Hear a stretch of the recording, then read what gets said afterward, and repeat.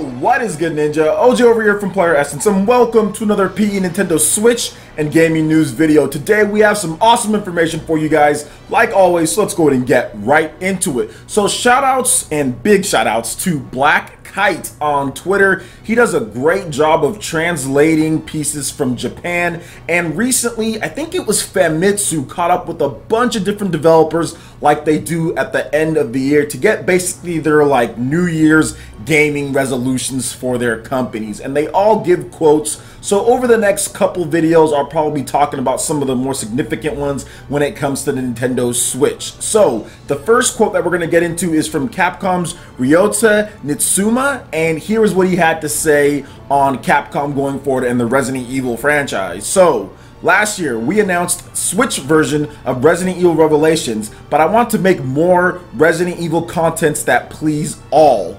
Quote, all on that one. I also do other things, but it takes a while until I can present them myself. By the way, if I were told you could make anything, I'd like to make a fighting game, LOL. Sometimes they ask them questions like, if you could make anything, or if you could do anything you want in a game, and they'll answer, and I guess he answered it right then and there. But it's cool for him to say, hey, we have more stuff. Resident Evil Revelations, we released that. It was obviously a successful port. People are happy with the game as far as the quality goes. And yeah, it's good to see that they said we want to please all. So I'm guessing, or I'm hoping, that he's all meaning Nintendo Switch owners as well. In terms of Resident Evil games, what do we have that could come to the Switch? Some people are clamoring for the Resident Evil 7 VR edition that came to the PlayStation 4, Xbox One, and PC. They want the VR game to come to the Nintendo Switch. And there's also Resident Evil 2 Remake. That's probably the big one that I actually want to see, because it's a real Resident Evil game. It's not a VR game, and it looks really cool, and that game has never been remade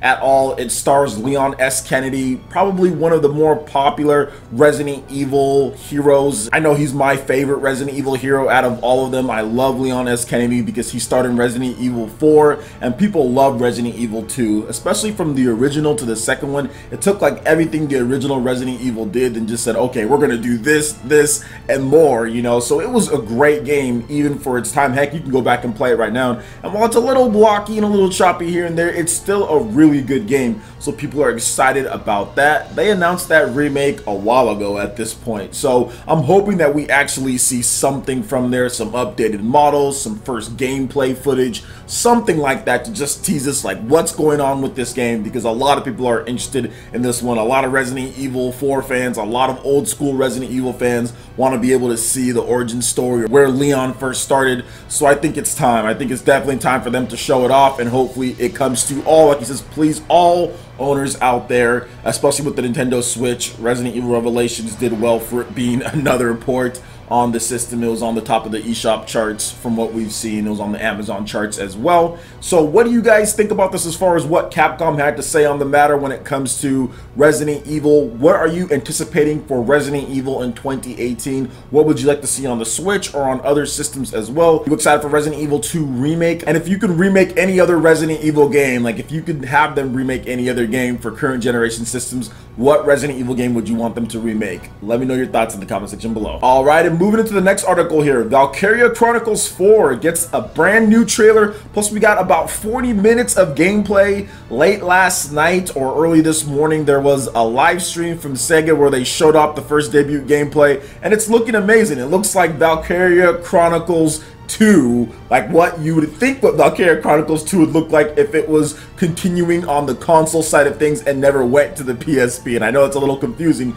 because Valkyria Chronicles originally launched on the PS3, and then Valkyria Chronicles 2 went to the PSP, so there was a downgrade obviously of how the game looked graphically. So if this was like a continuation, it looks like that in terms of just like a straight continuation, but this is Valkyria Chronicles 4, guys. So we get an extended look at the upcoming sequel. So shout outs to Gamatsu for the article, of course. Sega recently debuted the latest trailer and 40 minutes of live gameplay for Valkyria Chronicles 4 during a live stream this morning. Now, if you missed it, you can check out all of the information in terms of the live stream and what they said about the game. There's going to be over 50 characters in there. It's going to be pretty similar to Valkyria Chronicles 1 in terms of how the battles play out, the leveling system. Everything is very much like Valkyria Chronicles 1 with some upgrades here and there for convenience. Now, Valkyria Chronicles 4 is due out for the PlayStation 4 on March 21st, 2018, and for the Nintendo Switch in summer 2018 in Japan. There will be a PlayStation 4, Xbox One, and Nintendo Switch version coming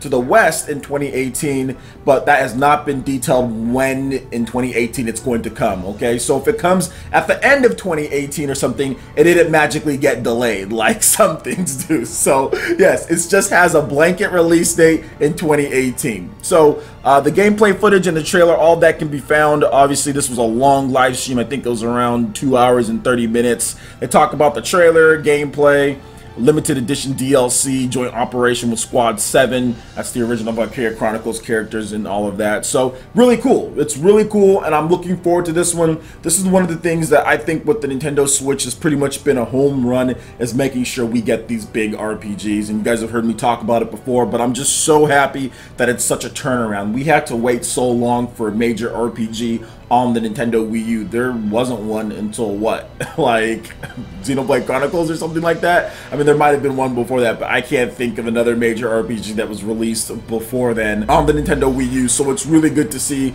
all of the different RPGs that we've already got. We're already enjoying Xenoblade Chronicles 2, and 2018 even looks to be better in the RPG front with Valkyria Chronicles 4, Shin Megami Tensei, Project Octopath, and more games that are going to be announced. So it's great to see. Really happy about Valkyria Chronicles 4. Looks like they're going back to the formula that made Valkyria Chronicles originally on the PlayStation 3 so good. And remember, guys, if you haven't played this franchise yet, you can pick up Valkyria Chronicles on the PC or on the PlayStation 4. They have a remake of the original Valkyria Chronicles, and it is fantastic. It runs great, it looks great, and the gameplay still holds up today. You're not going to be like, man, this feels kind of old or dated. It's still great. So if you kind of want to get into the franchise and you don't know where to start, because there is a PSP game and all that, you should definitely start at Valkyria Chronicles 1 on the PC, PS3, or PlayStation 4. I recommend PlayStation 4 or the PC. Those ones are really good. So let me know what you guys think about this news in terms of Valkyria Chronicles 4 in the comment section below. Alright, and moving into the last article here, we have the Media Create sales for December 18th, 2017 through December 24th, 2017. We got the brand new Idolmaster game, Atelier, Nintendo Switch dominating, and so much more. So let's go ahead and get into the article here. Shout outs to Gumatsu for it. So the Idolmaster Stella stage for PlayStation 4 sold 23,772 copies during its first week of sales in Japan. Latest Media Create sales figures revealed. Also new last week was Atelier Lady and Suel, The Alchemist and the Mysterious Paintings launched for the PlayStation 4, Switch, and PS Vita, but only the PlayStation 4 version made the top 20 with sales of 21,129 copies sold. Now, other new releases include Okami HD for the PlayStation 4, which sold a pretty low amount of 16,536 copies, and the Xbox One version I don't think was even released in Japan. Now, One Piece Pirate Warrior 3 Deluxe Edition for the Nintendo Switch sold 16,011 copies. On the hardware front, Nintendo Switch sold another 269,684 units, which is up 48,474 units from the last week's 221,210 units. The Nintendo Switch is absolutely killing it in Japan right now. We're looking at nearly, or probably more than 1 million units in December alone for Japan. Probably more than that. I mean, it is astronomical how well this system is doing.